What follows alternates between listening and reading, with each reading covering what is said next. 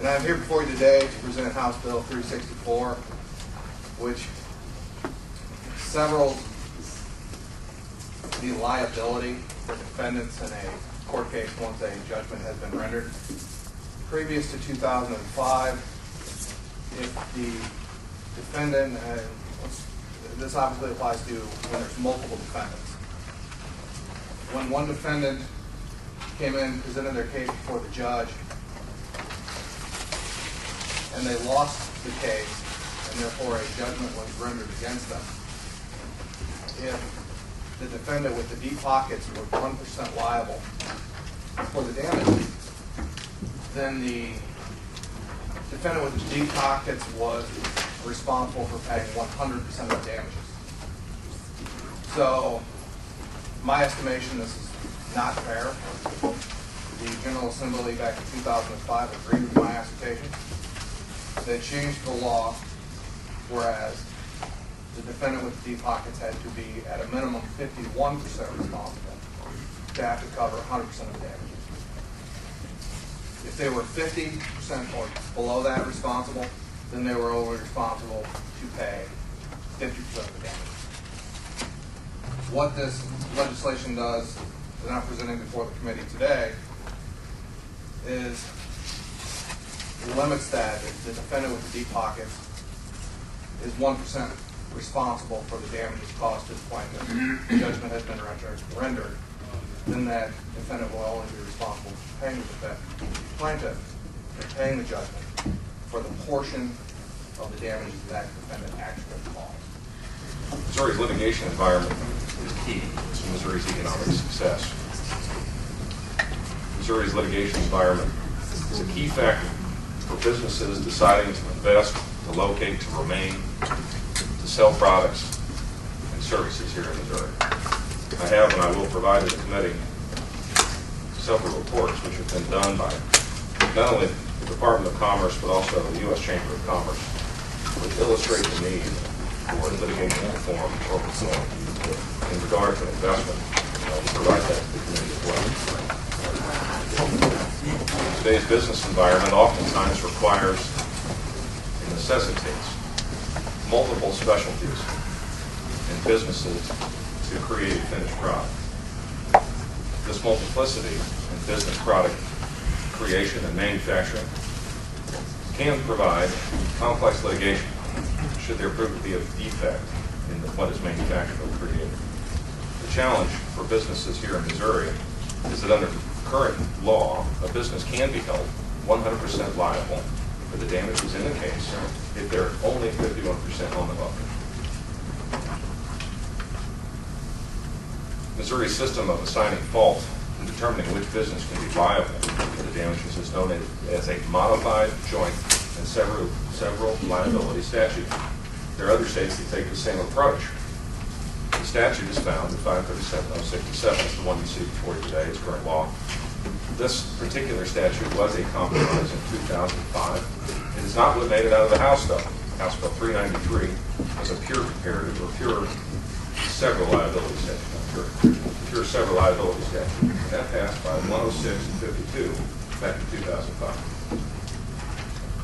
We need to revisit the issue, and I'll tell you why. This creates a precarious business environment for companies here in Missouri. Businesses can be held liable for the entire cost of litigation, even if there are multiple businesses at fault, and even if those other businesses or entities or parties in the litigation ponder that. There could be a third party out there that's not even sued, not even a part of the litigation, and the business that's on the hook for 51% can pay for their claim as well. Ponder that. This is a significant cost driver here in the state of Missouri and other states as well. Tort costs in 2009 total for the United States approximately $260 billion here in the United States.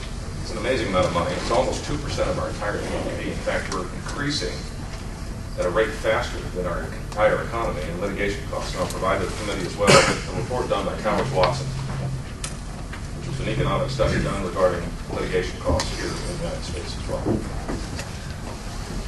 Missouri's joint and several liability statute, as it is, stifles investment. There are companies and investors throughout the United States and foreign investors who want to invest in Missouri companies, but they're afraid.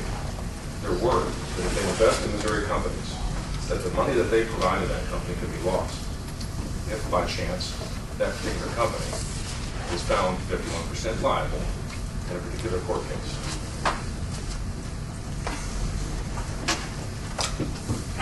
Missouri is in need of a reform to our joint and several liability statute. A recent survey done by the U.S. Chamber of Commerce for legal reform rated Missouri 37th overall throughout the United States for its litigation environment. I'll provide to the Committee the Lawsuit Climate 2010 report done by the U.S. Chamber of Commerce.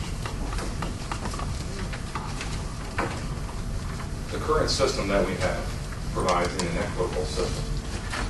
The balance within our judicial system should not be to provide a benefit necessarily for one party over that of another.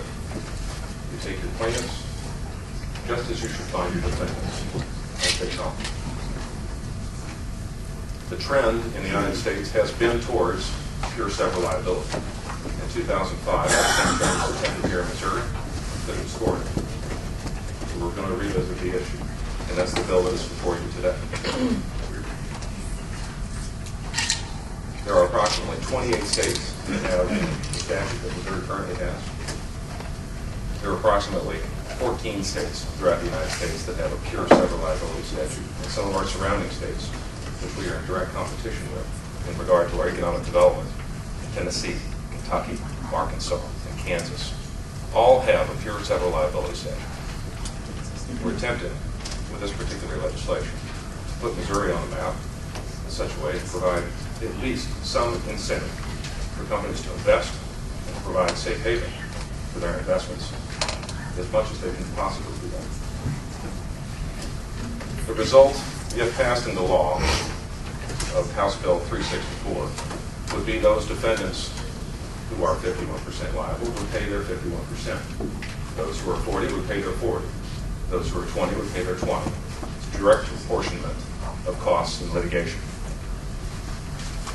I don't think this will forestall litigation from actually being filed. I think that what you'll end up happening here is having cases whereby defendants who were otherwise held harmless from litigation costs will actually have to pay their fair share in litigation. I think that it is only appropriate that we tip the scales back to a balance whereby defendants have the same opportunity to assert their defenses and pay their direct costs apportioned by the court according to the judgment of the court.